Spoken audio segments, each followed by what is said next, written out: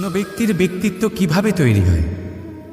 আপনার কি মনে হয় যে ব্যক্তি জন্ম থেকে তার স্বভাব নিয়ে জন্মায়, নাকি আপনার মনে হয় যে এই প্রকৃতি ব্যক্তির জন্য তার নিয়তি রচনা করে? না, এরকম একেবারেই হয় না। আমি আপনাকে বোঝাচ্ছি। যখনই বৃষ্টি পড়ে কোনো বিন্দুর দিকে দেখবেন, এবার এই বিন্দু যেখানে পড়ছে তার উপরে নির্ভর করছে তারপর কি হবে। যদি এই বিন্দু পড়ে কোনো ক্ষেতের ওপরে, তাহলে কোনো নতুন ফসলের জন্ম দেবে। যদি সেই গরম কড়াইতে পড়ে তাহলে বাষ্পীত হবে। যদি সে কোনো সাপের মুখের ভেতরে পড়ে তাহলে বিষ তৈরি হবে। ঝিনুকের ভেতরে পড়লে মুক্ত তৈরি হবে। যদি কোনো পাতার ওপরে পড়ে তাহলে শিশির তৈরি হবে। একই বিন্দু, কিন্তু তার সঙ্গত তার ভবিষ্যৎ এবং ব্যক্তিত্ব নির্ধারণ করবে। এবার এটা তো শুধুমাত্র এক বিন্দু, তার কাজ হলো শুধুমাত্র পড়া। কোথায় সেটা সেও নির্ধারণ করতে পারে না। কিন্তু আপনি হলেন মানুষ। আপনি বাছাই করতে পারবেন যে আপনার সঙ্গী কারা হবে, কাদের সাথে আপনি মেলামেশা করে বড় হবেন। তাই তা ভালোভাবে করুন, কারণ এই নির্বাচন আপনার হাতে, কারণ এই জীবন আপনার, ভবিষ্যৎ আপনার। এবার আপনি মহান হতে চান কি না তার নির্ণয় আপনাকেই করতে হবে। আসুন আমার সাথে ভালোবেসে বলুন, রাধা রাধা। প্রসন্নতা। এই প্রসন্নতা এমন কোন অনুভূতি নয় যা সৃষ্টিতে শুরু থেকেই ছিল। প্রসন্নতা হলো এমন এক অনুভূতি যা আপনাকে নিজের কর্মের দ্বারা অর্জন করতে হয়। আর যত অন্যকে দেবেন ততই তা অঙ্কুরিত হবে। অর্থাৎ যতটা প্রসন্নতা অন্যকে দিতে পারবেন ততটাই প্রসন্নতা নিজে চলে আপনার কাছে আসবে। এবার আপনি বলবেন, এ তো অত্যন্ত কঠিন কাজ, এ কিভাবে সম্ভব হবে? সবাইকে প্রসন্ন রাখা তো স্বয়ং মহাদেবেরও সাধ্য নয়। আমরা তো হলাম সাধারণ মানুষ, এ কিভাবে হতে পারে? চলুন আপনার এই কথা আমি মেনে নিলাম। সবাইকে প্রসন্ন রাখা সম্ভব নয়, এটা 100% সত্যি কথা। কিন্তু আমরা চেষ্টা তো করতেই পারি যে প্রসন্নতা না হোক, আমরা যেন কাউকে দুঃখ না দিই। এটা তো আমরা করতেই পারি। যত এই দুঃখ দূর হবে ততটাই সুখ ছড়িয়ে পড়বে, আর যত এই সুখ ছড়িয়ে পড়বে ততই বাড়বে এই প্রসন্নতা। তাহলে আসুন এই প্রসন্নতার সাথেই বলুন, রাধা রাধা। অনেক সময় মানুষ অতীতকে দেখেন আর তখন অহংবোধে পরিপূর্ণ হয়ে ওঠেন। কখনো বর্তমানের দিকে তাকান, ভবিষ্যতের দিকে তাকান আর পরিতৃপ্তিতে ভরে ওঠেন। কেন বুঝতে পারেন না একটা সহজ কথা? এই যে সৃষ্টি, এই সৃষ্টি হলো একটা বড় চক্র যা বারংবার আপনার কাছে ফিরে আসবেই। কঠিন থেকে কঠিনতর পরীক্ষায় আপনাকে নিযুক্ত করবে, যাতে আপনাকে উত্তীর্ণ হতেই হবে। যা কাল ছিল তা আজ নেই, এটা সবাই জানেন। যা আজ আছে তা হয়তো কাল থাকবে না, এটাও আপনাকে মেনে নিতে হবে, তাও আবার হাসি মুখে। শান্ত থাকতে শিখুন আর কখনোই মনের মধ্যে অহংকার উৎপন্ন হতে দেবেন না। হতে শিখুন সেই হিমবাহের মতো। হয়তো এই জন্যই এত শীতল থাকে, কারণ ও জানে গতকালও জল রূপে ছিল, আজ বরফ রূপে হয়তো আছে, কিন্তু কাল পুনরায় সে জলেই পরিণত হবে। নিজেকে শান্ত রাখুন। হয়তো আজ আপনি সাফল্যের শিখরে আছেন, হয়তো বা নেই। আপনাকে প্রত্যেক দিন অবশ্যই দেখতে হবে। শুধু নিরন্তর প্রচেষ্টা করতে থাকুন, প্রত্যেক পরিস্থিতির জন্য তৈরি থাকুন, আর একে ভারসাম্যে রাখতে শিখুন। আপনার কাল হোক, আজ হোক বা আগামীকাল, আপনার ভালো দিন হোক বা খারাপ দিন, সব পবিত্র হয়ে যাবে। তাহলে আসুন আর আমার সাথে ভালোবেসে বলুন, রাধা রাধা। যখন একজন ভক্ত এবং তার ভগবান এক আকার ধারণ করেন, যখন একজন ভক্ত নিজের ভগবানের প্রতি, নিজের জীবনের লক্ষ্যের প্রতি সম্পূর্ণরূপে সমর্পিত হয়ে যান, তখন জন্মগ্রহণ করে ভক্তি। আর তখন সংসারের সমস্ত আশা তিনি ত্যাগ করতে পারেন। সমস্ত আশা শেষ হতে পারে, কিন্তু মানুষের সঙ্গ ভক্তি কখনো ত্যাগ করে না। যখন ভক্ত ও ভগবান এক আকার ধারণ করেন, এক হয়ে যান, তখন রথী এবং সারথীর মধ্যে কোনো পার্থক্য থাকে না। তারাও এক হয়ে যান। একটাই ব্যক্তিত্ব, একটাই অস্তিত্ব। আর সেই জন্যই কখনো কখনো রথীর আদেশ ছাড়াই সারথী রথ চালিয়ে দেন, আবার কখনো সারথীর পরামর্শ ছাড়াই রথী আক্রমণ করে ফেলেন। এ তো শুধুমাত্র আরও একটা গুণ সেই সারথীর মধ্যে, যিনি ধর্মস্থাপনার মহান কাজে আমার সারথী হতে চলেছেন। তাহলে আসুন আমার সাথে ভালোবেসে বলুন, রাধা রাধা। বরদান এবং অভিশাপ, এই দুই হলো একই মুদ্রার দুটি পিঠ। এই বরদান আমরা অনেক কারণে পেতে পারি। কখনো নিজের পরিশ্রমের কারণে, কখনো নিজের তপস্যার কারণে, কখনো আমাদের পূর্বপুরুষদের কর্ম ও তপস্যার কারণে। কিন্তু এই বরদান কতক্ষণ বরদান থাকবে তা আমরা নিশ্চিত করতে পারি না। তা সুনিশ্চিত করে শুধুমাত্র আমাদের কর্ম। যদি আপনাকে উদাহরণ দিই, আপনি রেশমের কীট দেখেছেন? ও বরদান পেয়েছে যে ও নিজের সুরক্ষার জন্য খোলস বানাতে পারে। এবারও তাতে এত মত্ত হয়ে যায় যে এমন এক আবরণ বানিয়ে ফেলে যাতে সে নিজেই আবদ্ধ হয়ে চাপা পড়ে মরে যায়। এটার তাৎপর্য কি? তাৎপর্য খুবই সরল। গর্ব করা খুবই ভালো, কিন্তু অহংকার করা কখনোই উচিত নয়। যদি অহংকার মনের মধ্যে প্রবেশ করে, তাহলে এই বরদান অভিশাপে পরিণত হতে সময় লাগে না। আর যদি কর্মশ্রেষ্ঠ হয়, তাহলে অভিশাপও বরদানে পরিণত হয়। তাহলে আসুন শ্রেষ্ঠ কর্ম করুন আর আমার সাথে ভালোবেসে বলুন, রাধা রাধা। জীবনের শিখরে পৌঁছানোর জন্য মানুষের কি প্রয়োজন হয়ে থাকে? সিঁড়ির। কিন্তু তাও প্রত্যেক মানুষ, প্রত্যেক ব্যক্তি শিখরে পৌঁছতে পারেন না। এর কারণ কি? কারণ একটা হতে পারে যে মানুষ কল্পনা করতে থাকেন কিন্তু সিঁড়ি খুঁজে পান না। কিছু মানুষ খুঁজে নেন, কিন্তু তা পেয়ে এতটাই প্রসন্ন হয়ে যান যে তারপর আর কোনো কর্মই করেন না। খুব সোজা ব্যাপার। অনেক মানুষ সিঁড়ি খুঁজে পান না, আর যদি পেয়েও যান, তাও যতক্ষণ না তাতে চড়ছেন সেই শিখরে পৌঁছবেন কি করে? যতক্ষণ না আপনি পরিশ্রম করছেন, যতক্ষণ না সেই সিঁড়িতে আপনি চড়ছেন, যতক্ষণ না ক্লান্ত হচ্ছেন, আপনার পায়ে হাঁটুতে ব্যথা না হচ্ছে, ততক্ষণ এই শিখরে পৌঁছানোর সৌভাগ্য লাভ করতে পারবেন না। তাহলে কল্পনার সাথে কর্ম করুন, পরিকল্পনার সাথে পরিশ্রম করুন, সব কিছু পাবেন। আসুন আমার সাথে ভালোবেসে বলুন, রাধা রাধা। মহাদেব, সেই দেবতা যিনি মহান, যাকে দেবতাদের দেবতা বলা হয়, যিনি হলেন আমার আরাধ্য।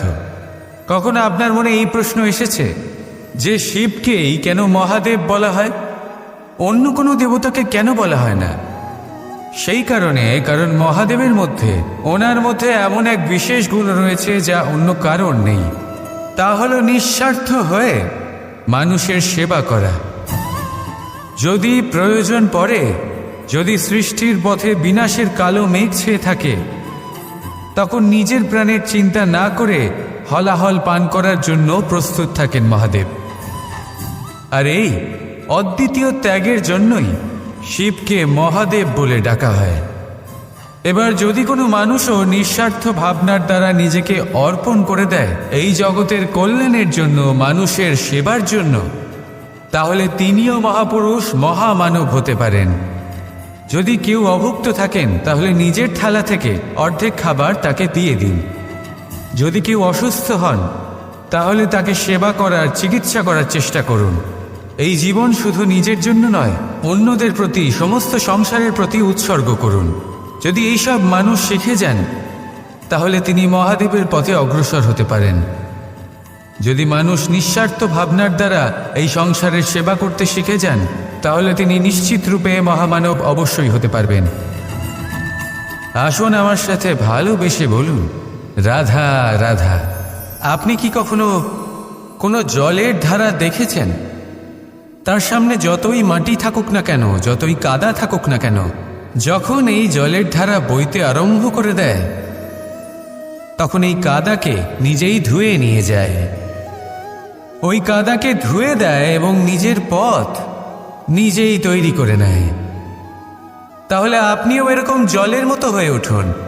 যদি হয়ে উঠতে পারেন, তাহলে নিজের মনের, নিজের ভাবনার, নিজের জীবনের যত অনাবশ্যক তত্ত্ব আছে, অনুপযোগী অংশ রয়েছে, অর্থাৎ অপরিষ্কার অংশ রয়েছে, তা নিজে থেকেই নির্মল হয়ে উঠবে। আর যেরকম জলের ধারা কখনো থেমে থাকে না, সব সময় বয়ে চলে, সেইভাবে আপনিও কখনোই থামবেন না। সবসময় বয়ে চলুন, এগোতে থাকুন। পথে যদি অনেক বিপদ আসে, সমস্যা আসে, থামবেন না, তার উপর নিরন্তর প্রহার করুন, নিরন্তর প্রয়াস করুন আর অগ্রসর হন। আপনি ভেবে দেখুন, এই জলের ধারা কখনো থেমে থাকে না, সবসময় বয়ে চলে। বিপদের সম্মুখীন হয়ে তাকে সাথে বয়ে নিয়ে চলে। সেই জন্য জলের ধারা, প্রবাহমান এই ধারা, এর থেকে কখনো দুর্গন্ধ আসে না, এতে কখনো ময়লা জমতে পারে না, বরং পালিত হয় সুন্দর প্রাণবন্ত জীবজন্তু, যেমন সুন্দর ছোট মাছ। তাই আপনিও এটাই করুন, কখনো থামবেন না, শুধু চলতে থাকুন, জলের ধারার মতো বইতে থাকুন। আপনি আপনার লক্ষ্য অবশ্যই খুঁজে পাবেন, আর তার সাথে নিজের অন্তরের যে মালিন্য রয়েছে, তা আপনি নিজেই নিজের থেকে দূরে করে দেবেন। তাহলে আসুন আর আমার সাথে ভালোবেসে বলুন, রাধা রাধা। কথায় আছে যে নিজে করে দেখো, নিজে অভিজ্ঞতা প্রাপ্ত করো, নিজে শেখো, নিজে জানো। এতে কোনো কিছুই অনুচিত নেই। দেখুন, এমন নতুন কিছু করা যা আজ পর্যন্ত কখনো কেউ করেননি, তার থেকে যে অভিজ্ঞতা আসবে তা না শুধু আপনার জন্য বরং সবার জন্য লাভদায়ক হবে। যারা আপনাকে দেখে শিখছেন তাদেরও এতে লাভই হবে। কিন্তু সমস্যা কোথায় উৎপন্ন হয় সেটা আমি আপনাকে বলি। আমাদের জীবনকাল এতটাও বড় নয় যে প্রত্যেক কাজ করে আমরা অভিজ্ঞতা দ্বারা কিছু শিখতে পারব। এবার ধরুন, এই যে আগুন গরম হয়, এটা জানার জন্য সংসারের প্রত্যেক মানুষকে আগুনে হাত দেওয়ার কোনো প্রয়োজন নেই। সংসারে অনেক লোক রয়েছেন, অনেক মহাপুরুষ ছিলেন, বিদ্বান লোক আছেন, ছিলেন, বুদ্ধিমান লোক ছিলেন, যাদের অভিজ্ঞতা দ্বারা আমরাও শিখতে পারি। ওনাদের জীবনকে দেখে আমরাও অভিজ্ঞতা লাভ করতে পারি। যদি এটা করেন তাহলে জীবন আরও কিছুটা সরল হয়ে যাবে। নয়তো আমাদের কাছে তো বিকল্প রয়েছেই। আগুনে হাত দিয়ে দেখুন, সমুদ্রে ঝাঁপ দিয়ে দেখে নিন, অনেক বিকল্প রয়েছে। সিদ্ধান্ত আপনারই। তাই সঠিক সিদ্ধান্ত নিন আর আমার সাথে ভালোবেসে বলুন, রাধা রাধা। জীবনে কখনো না কখনো এই প্রশ্ন আপনার মনে এসেই থাকে যে আমরা আসলে কি, কোথা থেকে এসেছি, সূত্রপাত কোত্থেকে হয়েছে, লক্ষ্যটা কি আর কোথায় পৌঁছতে চাই, আমাদের অস্তিত্ব কি, আর কেন এই জীবন আমরা লাভ করেছি। আসে, বেশিরভাগ মানুষের মনেই এই প্রশ্ন আসে, আর আসাও উচিত। দেখুন, আপনার অধিকার এটা জানা যে আপনি কে। তাই এটা খুঁজতে থাকুন, ভাবতে থাকুন। কিন্তু তার থেকেও বেশি গুরুত্বপূর্ণ কিছু আছে, আপনার কর্তব্য, নিজেকে সঠিকভাবে গড়ে তোলার কর্তব্য। এটাই বেশি গুরুত্বপূর্ণ। এটাই করুন, নিজেকে নির্মাণ করুন, নিজের কর্মগুলিকে, নিজের গুণগুলিকে, নিজের মূল্য নির্মাণ করুন, যা আপনার অস্তিত্বকে আকার দিতে পারে, আপনার পরিচয়কে আকার দিতে পারে, যা আপনাকে আপনার লক্ষ্যে পৌঁছে দিতে পারে, যা আপনাকে আপনার সূত্রপাত দেখাতে পারে, আপনাকে নির্দেশ দিতে পারে। তারপর নিজেকে খোঁজার কোনো অর্থই থাকে না। নিজেকে নির্মাণ করা বেশি গুরুত্বপূর্ণ হয়ে যায়, আর এটাই হলো বেশি গুরুত্বপূর্ণ কাজ। তাই আপনিও এটাই করুন, আর আমার সাথে ভালোবেসে বলুন, রাধা রাধা। নদী হোক বা সাগর হোক, নৌকা আমাদের এটা পার করতে সাহায্য করে। এই নৌকা কখনো কখনো ডুবেও যায়। এবারে এখানেই লুকিয়ে রয়েছে একটা শিক্ষা। অটল জলে এই নৌকা থাকে, তবুও ডুবে যায় না। এটা তখন ডুবে যায় যখন সেই জল নৌকায় প্রবেশ করতে থাকে। যখন জলের স্তর আস্তে আস্তে নৌকায় বেড়ে যায়, তখন নৌকা ডুবে যায়। এবার এটা আমাদের সাথেও হয়। বাইরের সমস্ত সমস্যা, সমস্ত বিপদ, সমস্ত সংকট, সমস্ত দুঃখ, এই সব আমাদের ততক্ষণ ভাঙতে পারে না যতক্ষণ না আমরা এদের আমাদের অন্তরে প্রবেশ করতে দিই। একবার এরা প্রবেশ করে গেলে আমরা ভেঙে গড়িয়ে যাব, ডুবে যাব। এই মনে আগেই প্রেম আর বিশ্বাস ভরে ফেলুন। জীবনে যত বড় বিপদই আসুক না কেন, আপনাকে কখনো ভাঙতে পারবে না। রাধা রাধা। এই পুষ্প দেখতে পাচ্ছেন আপনি? কি সুন্দর এই পুষ্প। সবাই চায় এরকম কোনো এক পুষ্প সে নিজের করে নেবে, নিজের কাছে রাখবে। এবার ভাবুন, এই পুষ্প যে সম্মান পায় তা কিসের জন্য পায়? শুধু কি তাকে সুন্দর দেখতে বলে? আসুন আপনাকে একটা কথা বোঝাই। এই ফুল যখন গাছে থাকে তখন এই রূপ আমাদের আকর্ষণ করে। এই ফুল দিয়ে যদি আপনি মালা বানান, কোনো মূর্তিতে দেন, তাহলে তা সম্মানের নিদর্শন হয়। এবার এই ফুলই যদি আপনি বিছানাতে ছড়িয়ে দেন, তাহলে সেই দৃশ্য দেখে সেই সুবাসে আপনার মন পুলকিত হয়ে ওঠে। কিন্তু ভাবুন, এই পুষ্পই যদি আপনি চিতায় সাজান, তাহলে এই পুষ্পকে আর কেউ সম্মান করে না।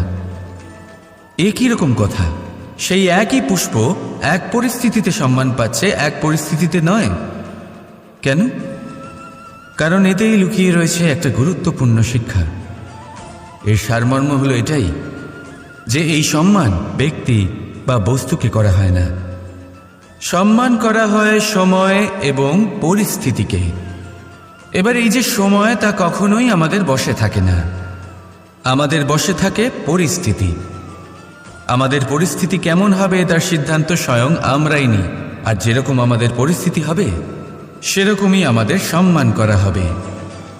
তাহলে আসুন আমার সাথে ভালোবেসে বলুন, রাধা রাধা।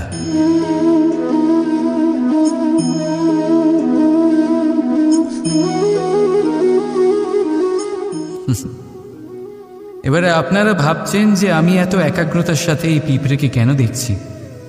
আপনাকে বলি যে আজ এই পিঁপড়েকে দেখে আমি মন্ত্রমুগ্ধ হয়ে গেছি। ওর রূপ বা ওর আকার দেখে নয়, এই পিঁপড়ের প্রচেষ্টা দেখে।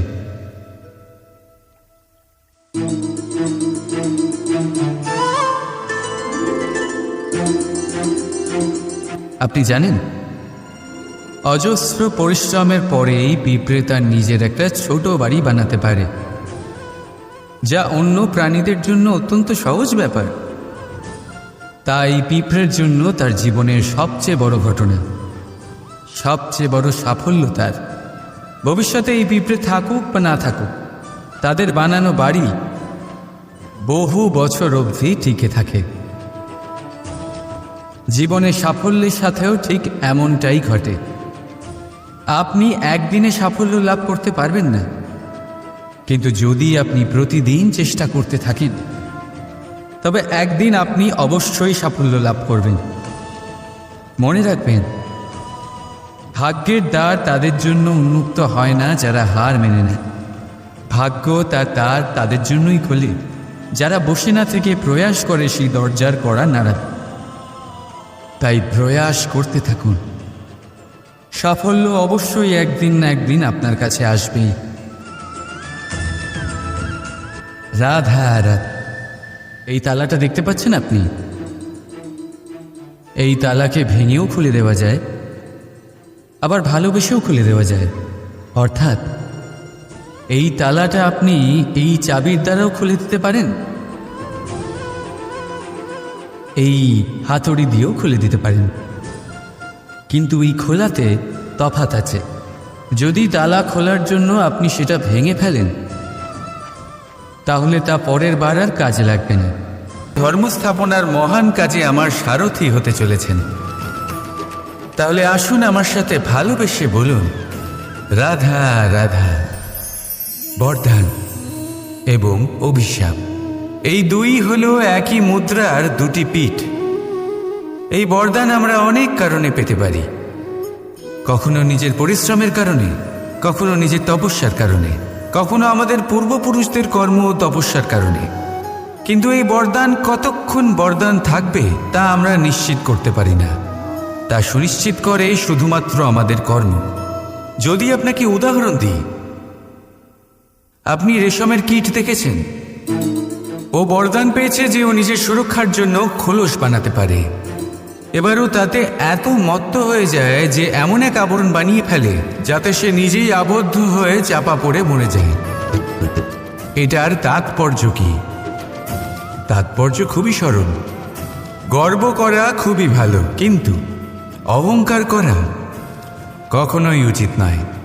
যদি অহংকার মনের মধ্যে প্রবেশ করে তাহলে এই বরদান অভিশাপে পরিণত হতে সময় লাগে না। আর যদি কর্মশ্রেষ্ঠ হয় তাহলে অভিশাপও বরদানে পরিণত হয়। তাহলে আসুন শ্রেষ্ঠ কর্ম করুন আর আমার সাথে ভালোবেসে বলুন, রাধা রাধা। জীবনের শিখরে পৌঁছানোর জন্য মানুষের কি প্রয়োজন হয়ে থাকে? সিঁড়ির। কিন্তু তাও প্রত্যেক মানুষ, প্রত্যেক ব্যক্তি শিখরে পৌঁছতে পারেন না। এর কারণ কি? কারণ একটা হতে পারে যে মানুষ কল্পনা করতে থাকেন কিন্তু সিঁড়ি খুঁজে পান না। কিছু মানুষ খুঁজে নেন কিন্তু তা পেয়ে এতটাই প্রসন্ন হয়ে যান যে তারপর আর কোনো কর্মই করেন না। খুব সোজা ব্যাপার। অনেক মানুষ সিঁড়ি খুঁজে পান না, আর যদি পেয়েও যান তাও যতক্ষণ না তাতে চড়ছেন সেই শিখরে পৌঁছবেন কি করে? যতক্ষণ না আপনি পরিশ্রম করছেন, যতক্ষণ না সেই সিঁড়িতে আপনি চড়ছেন, যতক্ষণ না ক্লান্ত হচ্ছেন, আপনার পায়ে হাঁটুতে ব্যথা না হচ্ছে, ততক্ষণ এই শিখরে পৌঁছানোর সৌভাগ্য লাভ করতে পারবেন না। তাহলে কল্পনার সাথে কর্ম করুন, পরিকল্পনার সাথে পরিশ্রম করুন, সব কিছু পাবেন। আসুন আমার সাথে ভালোবেসে বলুন, রাধা রাধা। মহাদেব সেই দেবতা যিনি মহান, যাকে দেবতাদের দেবতা বলা হয়, যিনি হলেন আমার আরাধ্য। কখনো আপনার মনে এই প্রশ্ন এসেছে যে শিবকেই কেন মহাদেব বলা হয়, অন্য কোনো দেবতাকে কেন বলা হয় না? সেই কারণ মহাদেবের মধ্যে, ওনার মধ্যে এমন এক বিশেষ গুণ রয়েছে যা অন্য কারণ নেই। তা হলো নিঃস্বার্থ হয়ে মানুষের সেবা করা। যদি প্রয়োজন পড়ে, যদি সৃষ্টির পথে বিনাশের কালো মেঘ ছেয়ে থাকে, তখন নিজের প্রাণের চিন্তা না করে হলাহল পান করার জন্য প্রস্তুত থাকেন মহাদেব। আর এই অদ্বিতীয় ত্যাগের জন্যই শিবকে মহাদেব বলে ডাকা হয়। এবার যদি কোনো মানুষও নিঃস্বার্থ ভাবনার দ্বারা নিজেকে অর্পণ করে দেয় এই জগতের কল্যাণের জন্য, মানুষের সেবার জন্য, তাহলে তিনিও মহাপুরুষ, মহামানব হতে পারেন। যদি কেউ অভুক্ত থাকেন তাহলে নিজের থালা থেকে অর্ধেক খাবার তাকে দিয়ে দিন। যদি কেউ অসুস্থ হন তাহলে তাকে সেবা করার, চিকিৎসা করার চেষ্টা করুন। এই জীবন শুধু নিজের জন্য নয়, অন্যদের প্রতি, সমস্ত সংসারের প্রতি উৎসর্গ করুন। যদি এইসব মানুষ শিখে যান তাহলে তিনি মহাদেবের পথে অগ্রসর হতে পারেন। যদি মানুষ নিঃস্বার্থ ভাবনার দ্বারা এই সংসারের সেবা করতে শিখে যান তাহলে তিনি নিশ্চিত রূপে মহামানব অবশ্যই হতে পারবেন। আসুন আমার সাথে ভালোবেসে বলুন, রাধা রাধা। আপনি কি কখনো কোনো জলের ধারা দেখেছেন? তার সামনে যতই মাটি থাকুক না কেন, যতই কাদা থাকুক না কেন, যখন এই জলের ধারা বইতে আরম্ভ করে দেয় তখন এই কাদাকে নিজেই ধুয়ে নিয়ে যায়।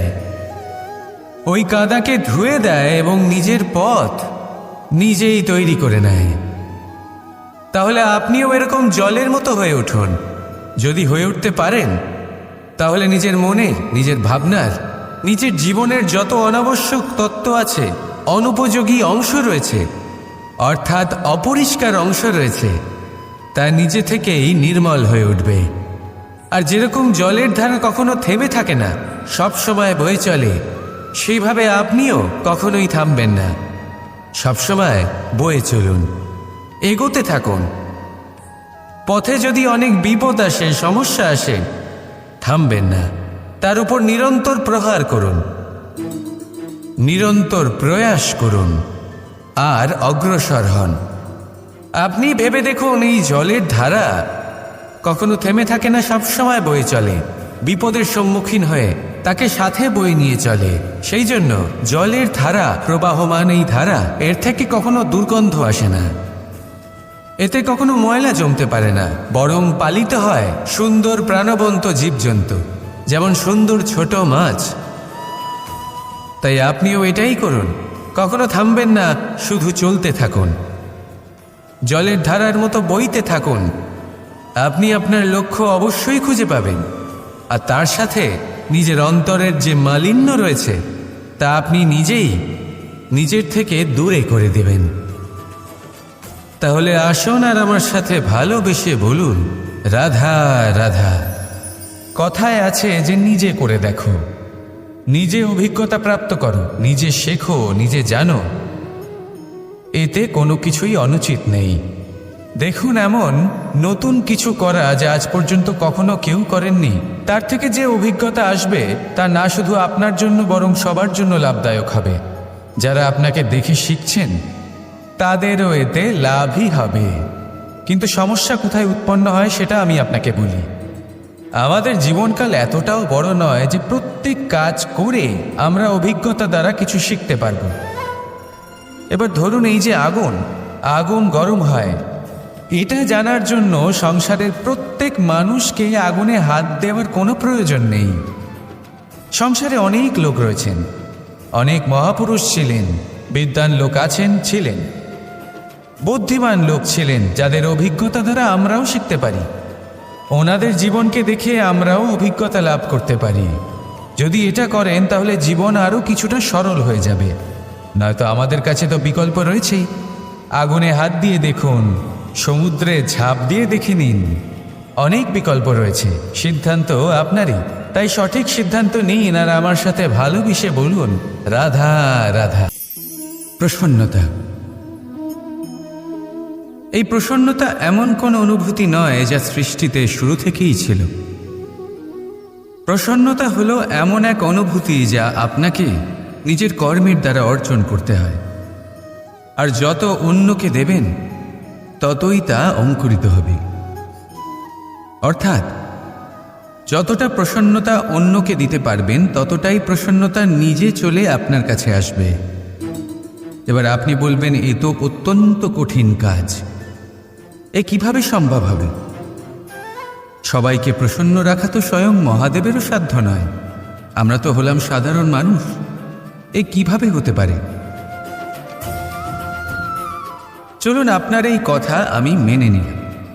সবাইকে প্রসন্ন রাখা সম্ভব নয়, এটা 100% সত্যি কথা। কিন্তু আমরা চেষ্টা তো করতেই পারি যে প্রসন্নতা না হোক, আমরা যেন কাউকে দুঃখ না দিই। এটা তো আমরা করতেই পারি। যত এই দুঃখ দূর হবে ততটাই সুখ ছড়িয়ে পড়বে, আর যত এই সুখ ছড়িয়ে পড়বে ততই বাড়বে এই প্রসন্নতা। তাহলে আসুন এই প্রসন্নতার সাথেই বলুন, রাধা রাধা। অনেক সময় মানুষ অতীতকে দেখেন আর তখন অহংবোধে পরিপূর্ণ হয়ে ওঠেন। কখনো বর্তমানের দিকে তাকান, ভবিষ্যতের দিকে তাকান আর পরিতৃপ্তিতে ভরে ওঠেন। কেন বুঝতে পারেন না একটা সহজ কথা? এই যে সৃষ্টি, এই সৃষ্টি হলো একটা বড় চক্র যা বারংবার আপনার কাছে ফিরে আসবেই। কঠিন থেকে কঠিনতর পরীক্ষায় আপনাকে নিযুক্ত করবে, যাতে আপনাকে উত্তীর্ণ হতেই হবে। যা কাল ছিল তা আজ নেই, এটা সবাই জানেন। যা আজ আছে তা হয়তো কাল থাকবে না, এটাও আপনাকে মেনে নিতে হবে, তাও আবার হাসি মুখে। শান্ত থাকতে শিখুন আর কখনোই মনের মধ্যে অহংকার উৎপন্ন হতে দেবেন না। হতে শিখুন সেই হিমবাহের মতো। হয়তো এই জন্যই এত শীতল থাকে, কারণ ও জানে গতকালও জল রূপে ছিল, আজ বরফ রূপে হয়তো আছে, কিন্তু কাল পুনরায় সে জলেই পরিণত হবে। নিজেকে শান্ত রাখুন। হয়তো আজ আপনি সাফল্যের শিখরে আছেন, হয়তো বা নেই। আপনাকে প্রত্যেক দিন অবশ্যই দেখতে হবে। শুধু নিরন্তর প্রচেষ্টা করতে থাকুন, প্রত্যেক পরিস্থিতির জন্য তৈরি থাকুন, আর একে ভারসাম্যে রাখতে শিখুন। আপনার কাল হোক, আজ হোক বা আগামীকাল, আপনার ভালো দিন হোক বা খারাপ দিন, সব পবিত্র হয়ে যাবে। তাহলে আসুন আর আমার সাথে ভালোবেসে বলুন, রাধা রাধা।